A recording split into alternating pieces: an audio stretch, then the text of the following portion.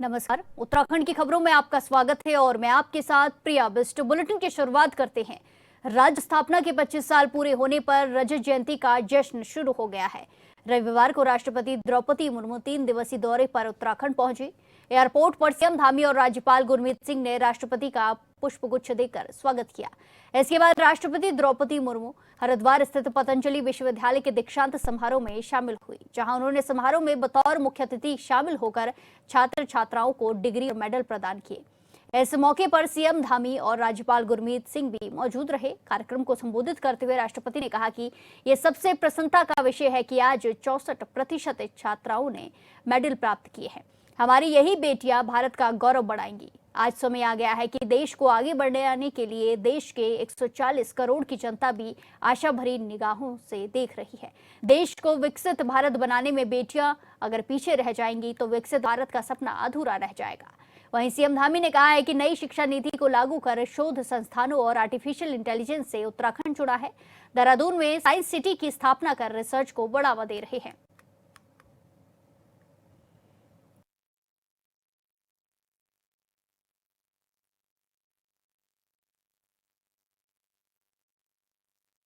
छात्रों की तुलना में चौगुना है। यहाँ शिक्षा प्राप्त कर रहे कुल विद्यार्थियों में बेटियों की संख्या 62% मुझे बताया गया है। ये केवल संख्या नहीं है, ये महिलाओं के नेतृत्व में आगे बढ़ने वाले विकसित भारत का अग्रिम स्वरूप है।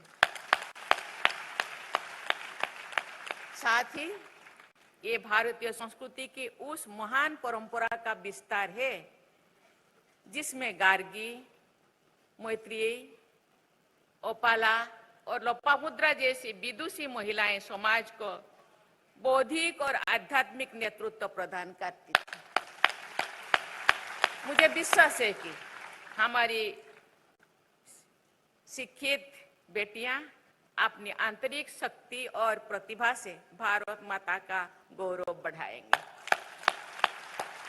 मैं केवल यहाँ बेटा जो है, बेटाएं यहाँ बेटे हैं लड़के, तो सोच रहे हैं कि बेटियों को ज्यादा प्रशंसा किया जा रहा है, लेकिन ऐसे नहीं है। आज किया है देश को आगे बढ़ने के लिए, क्योंकि यहाँ 140 करोड़ जनसंख्या भारत में है, उनमें से 50% महिलाएं हैं। जो हम सपने देख रहे हैं 2047 तक भारत को विकसित भारत बनाए, तो बेटियां और भाइयों सभी का सहयोग चाहिए, क्योंकि केवल 50% बेटा प्रयास करेंगे और बेटियां पीछे रहेंगे तो विकसित भारत का सपना हुए तो अधूरा रह जाएगा। इसीलिए आप बेटियां प्रयास कर रहे हैं। आज जो शिक्षक अभिभावक जो प्रयास कर रहे हैं, अनुष्ठान के जो प्रतिष्ठाता रामदेव जी जो प्रयास कर रहे हैं, मुझे लगता है ये उसका एक मात्र झलक है। हिमालय की गोद में बसा देवभूमि उत्तराखंड केवल एक राज्य नहीं, बल्कि योग, आयुर्वेद और अध्यात्म का प्राण केंद्र है। इस पवित्र धरती से निकली योग और आयुर्वेद की परंपरा ने न केवल भारत को बल्कि समूचे विश्व को स्वास्थ्य, संतुलन और सद्भाव का संदेश दिया है। उत्तराखंड की यह ऋषि परंपरा आज भी हमें यह प्रेरणा देती है कि ज्ञान का सर्वोच्च उद्देश्य केवल आत्म विकास नहीं बल्कि विश्व कल्याण है। मैं इस समारोह में उपाधि प्राप्त करने वाले सभी विद्यार्थियों को हार्दिक शुभकामनाएं देता हूं। आशा है कि हमारे स्वास्थ्य योद्धा दीक्षांत समारोह के बाद आने वाली चुनौतियों का सामना सफलतापूर्वक करेंगे। मुझे पूरा विश्वास है कि आज इस दीक्षांत समारोह में डिग्रियां लेने वाले विद्यार्थी अपने राष्ट्र प्रदेश और समाज की उम्मीदों पर खरे उतरेंगे और आप अपनी शिक्षा, प्रतिभा एवं प्रशिक्षण का उपयोग मानव कल्याण के लिए करेंगे। योग और आयुर्वेद जैसी महान प्राचीन भारतीय विद्याओं को वैश्विक मंच पर लोकप्रिय बनाने के लिए उल्लेखनीय योगदान देने वाले पतंजलि विश्वविद्यालय के इस दीक्षांत समारोह में शामिल होकर मैं गौरव की अनुभूति कर रहा हूं। स्वामी रामदेव जी और आचार्य बालकृष्ण जी ने योग एवं आयुर्वेद को दुनिया भर में प्रसारित कर नई पहचान दी है और स्वदेशी के प्रचार प्रसार में विगत 25 वर्षों में अभूतपूर्व योगदान दिया है। दृढ़ संकल्प का उत्प्रेरक उदाहरण समूचे देशवासियों के लिए बना। आपके व्यक्तित्व में मातृत्व की ममता, जैसा पूज्य स्वामी जी ने अभी कहा, सेवा का संकल्प और राष्ट्र के प्रति अटूट समर्पण का अद्भुत संगम निहित है और ये हम सब उत्तराखंड वासियों का सौभाग्य है कि उत्तराखंड राज्य स्थापना के 25 वर्ष पूरे होने के ऐतिहासिक अवसर पर हमें आदरणीय राष्ट्रपति जी का सानिध्य और मार्गदर्शन प्राप्त हो रहा है। इसके लिए मैं आदरणीय राष्ट्रपति जी का अपनी और समस्त उत्तराखंड वासियों की ओर से कोटि कोटि आभार व्यक्त करता हूं। प्रिय विद्यार्थियों, ये दीक्षांत समारोह आपके जीवन का एक महत्वपूर्ण पड़ाव है। ये केवल एक डिग्री प्राप्त करने का अवसर मात्र नहीं है, बल्कि आपके कठिन परिश्रम और समर्पण का प्रमाण है। आप आज से एक नई यात्रा निकल रहे हैं। जैसा पूज्य स्वामी जी ने कहा, मैं उसको दोहरा रहा हूं कि आज से एक नया अध्याय आपके जीवन का प्रारंभ हो रहा है, जहां आपकी शिक्षा और संस्कार एक शक्तिशाली और विकसित भारतवर्ष के निर्माण में महत्वपूर्ण योगदान देंगे। मैं आशा करता हूं आप अपने ज्ञान कौशल का उपयोग न केवल अपने बेहतर भविष्य बनाएंगे, बल्कि अपने परिवार की सुख समृद्धि और समाज के कल्याण में भी आप महत्वपूर्ण भूमिका निभाएंगे। भाइयों बहनों, आज योग ऋषि पूज्य रामदेव जी के मार्गदर्शन में पतंजलि विश्वविद्यालय आधुनिक शिक्षा को भारतीय संस्कारों और परंपराओं से जोड़ने का अतुलनीय कार्य कर रहा है। उसकी जितनी प्रशंसा की जाए उतनी कम है। यहाँ विज्ञान और अध्यात्म का अद्वितीय संगम देखने को मिलता है, जहाँ विद्यार्थी केवल ज्ञान ही नहीं बल्कि भारतीय जीवन मूल्यों की शिक्षा भी प्राप्त करते हैं। पतंजलि विश्वविद्यालय वास्तव में भारत की प्राचीन गुरुकुल परंपरा की पुनर्स्थापना का जीवंत उदाहरण बन रहा है। इसी विश्वविद्यालय ने आधुनिक विज्ञान, भारतीय ज्ञान परंपरा के समन्वय से एक ऐसी शिक्षा पद्धति विकसित की है जिसमें योग, आयुर्वेद, विज्ञान और प्रौद्योगिकी को एक सूत्र में पिरोने का काम किया है।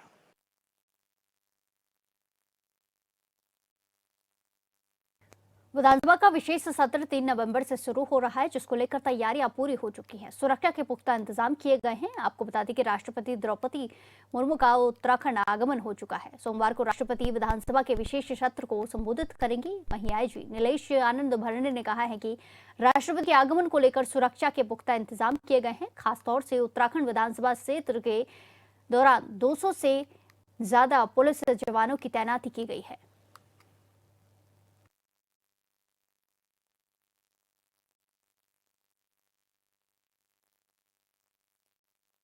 आज देहरादून में माननीय राष्ट्रपति महोदय का जो है भ्रमण कार्यक्रम है, जिसमें आज पतंजलि में जो है वो कार्यक्रम होना है। उस तत्पश्चात जो है उसके बाद देहरादून में जो है एक जो विधानसभा विशेष सत्र होना है, तो उसकी तैयारी भी चल रही है। इसमें जो सिक्योरिटी के लिए लेकर हमने सारे जितने इंतजामात है पूरे कर लिए गए। यहाँ पे जो है सारे पासेस दिलाने से लेके पार्किंग व्यवस्था और जो बहुत कड़ी व्यवस्था रहेगी विधानसभा को लेकर। तो जो अधिकृत व्यक्ति ही इसमें कर पाएंगे। उसके अलावा जो है जो विशेष सत्र के जो भी प्रोटोकॉल्स और बाकी जो चीज़ें होती है, गार्ड ऑफ ऑनर है और बाकी जो सुरक्षा में लगे जो जितने हमारे एसपी से लेकर ये करीब 200 से ज़्यादा कर्मचारी जो है विधानसभा क्षेत्र में तैनात किए गए हैं। इसके अलावा राष्ट्रपति निकेतन वहाँ बड़ा कार्यक्रम होना है, तो ये यहाँ के मुख्य कार्यक्रम है जिसकी तैयारी जो है अभी चल रही है। इसी के साथ खबरों में आगे बढ़ते हैं। नैनीताल हल्द्वानी मार्ग में जोलीकोट के पास टेम्पो ट्रैवलर अनियंत्रित होकर करीब 45 फीट गहरी खाई में गिर गई। हादसे में 2 लोगों की मौके पर ही मौत हो गई है। घटना की सूचना पर एसडीआरएफ चौकी इंचार्ज अपनी टीम के साथ मौके पर पहुंच गए। वहीं पुलिस और स्थानीय लोगों की मदद से करीब 2 घंटे के रेस्क्यू अभियान के बाद घायलों को अस्पताल में भर्ती कराया गया। आपको बता दें कि गाड़ी में 18 लोग सवार थे, जिनमें से 15 लोगों का रेस्क्यू किया जा चुका है, जबकि 2 लोगों की मौत हो गई है और एक व्यक्ति अभी लापता चल रहा है, जिसकी तलाश जारी है।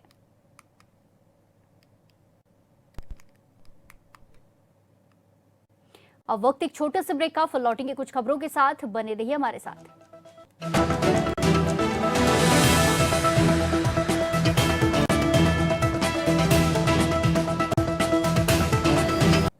ब्रेक के बाद एक बार फिर से आपका स्वागत है। रुक करेंगे खबरों का। बीजेपी विधायक दुर्गेश्वर लाल ने एचएनएन संवाददाता योगेश आर्य से खास बातचीत में उत्तराखंड की रजत जयंती पर कहा कि अब राज्य एलिटेड उत्तराखंड बन चुका है और मुख्यमंत्री पुष्कर सिंह धामी के नेतृत्व में प्रदेश ने देश भर में नई पहचान बनाई है।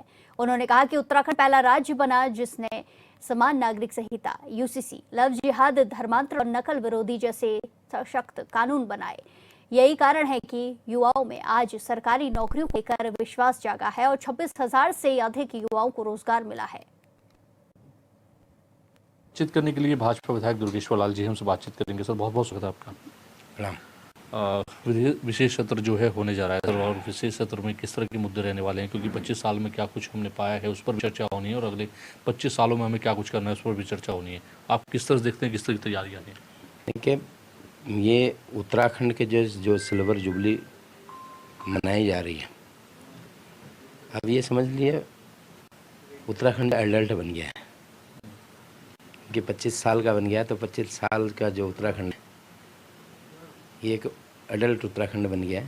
और इसका जीता जागता एग्जाम्पल आप देख सकते हो कि उत्तराखंड आज के डेट में अन्य राज्यों से कई सेक्टर में आगे हैं। चाहे आपके देखोगे टूरिज़्म सेक्टर की बात करें, और जब से हमारे प्रदेश के यशस्वी मुख्यमंत्री पुष्कर सिंह धामी जी उत्तराखंड की कमान संभाले, उन्होंने एक उत्तराखंड की एक अलग पहचान बनाई है देश और प्रदेशों में। इसका जीता जागता आप एग्जाम्पल देख सकते हो कि उत्तराखंड में आप देखो कि एक जो है यूसीसी कानून बनाने वाला पहला प्रदेश बना है।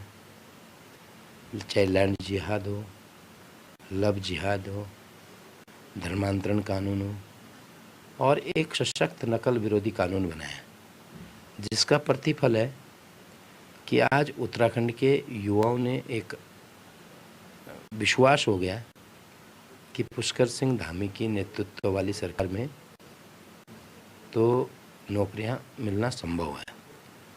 और आज हमें जो है 26,000 नौकरियां हम उत्तराखंड के बच्चों को दे चुके हैं।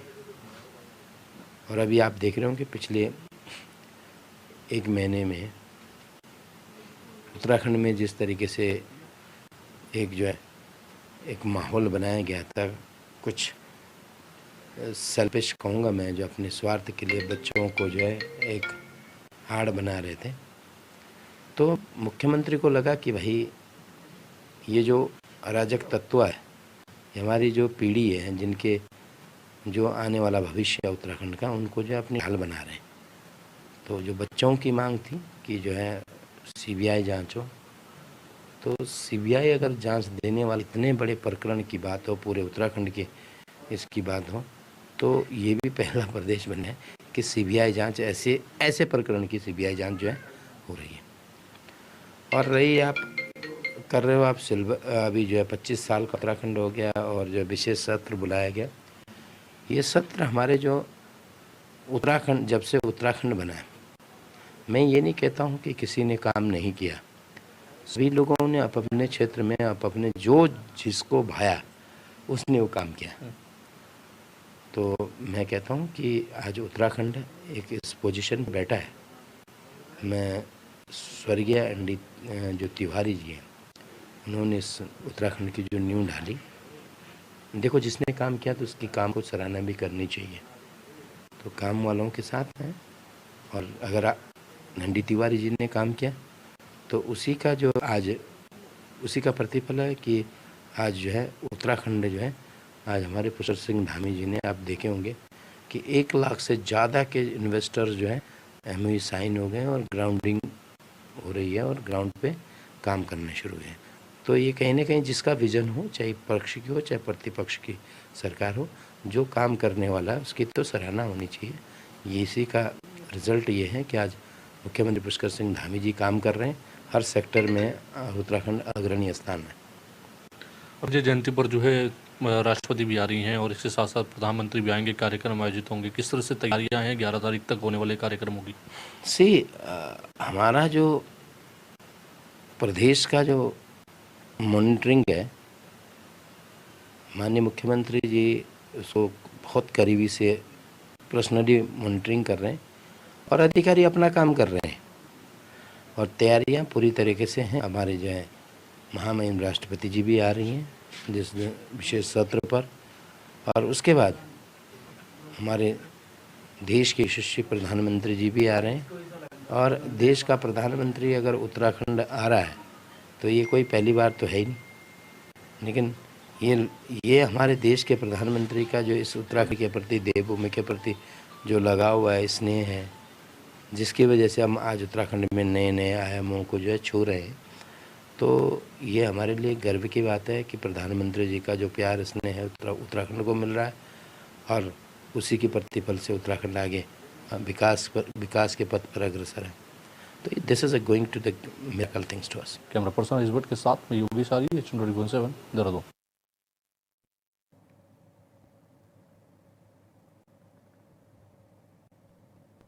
इसी के साथ खबरों में आगे बढ़ते हैं। भारत के पहले और सबसे पुराने कॉर्बेट राष्ट्रीय उद्यान के लिए बड़ी खुशखबरी है। राष्ट्रीय उद्यान का लोकप्रिय निकाला जोन 15 नवंबर से पर्यटकों के लिए खुल जाएगा। विदेशी सैलानियों के लिए रिजॉर्ट की बुकिंग 90 दिन पहले और भारतीय पर्यटकों के लिए 1.5 महीने पहले से शुरू हो गई है। खास बात यह है कि अगले साल जनवरी तक के सारे कमरे पूरी तरह बुक हो चुके हैं।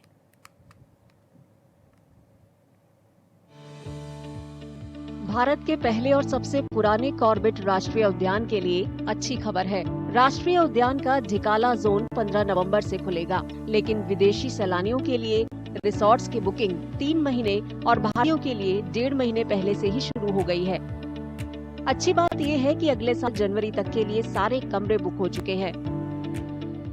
तो हमने एक स्पेशल इनिशिएटिव लेते हुए 4 रूम ढिकाला में विदेशी पर्यटकों के लिए 90 दिन एडवांस में खोल देते हैं, जबकि भारतीय जो पर्यटक हैं वो 45 दिन एडवांस में अपनी बुकिंग करा लेते हैं। अभी विदेशी पर्यटकों के लिए 18 जनवरी तक की बुकिंग खुली है और वैसे ही 45 दिन पूर्व जो है वो इंडियन जो टूरिस्ट है उनके लिए भी खुली है। सारे जो रूम्स हैं वो ऑलमोस्ट फुल हैं। विदेशी पर्यटकों ने अब तक 180 से ज़्यादा विदेशी पर्यटक जो हैं उन्होंने अपनी ये जो इनिशियल डेज की बुकिंग खुली है उसमें अपनी बुकिंग करा ली है। उसी तरह लगभग 1000 से ज़्यादा जो पर्यटक हैं हिंदुस्तानी, जो इंडियन पर्यटक हैं, उनके द्वारा भी 45 दिन एडवांस में जो स्लॉट खुला है उसमें अपनी बुकिंग करा ली। इस खबर से टूर ऑपरेटरों और अपनी रोजी रोटी के लिए पार्क पर निर्भर रहने वालों में भारी खुशी है। वे खासकर विदेशी सैलानियों की संख्या देखकर उत्साहित हैं।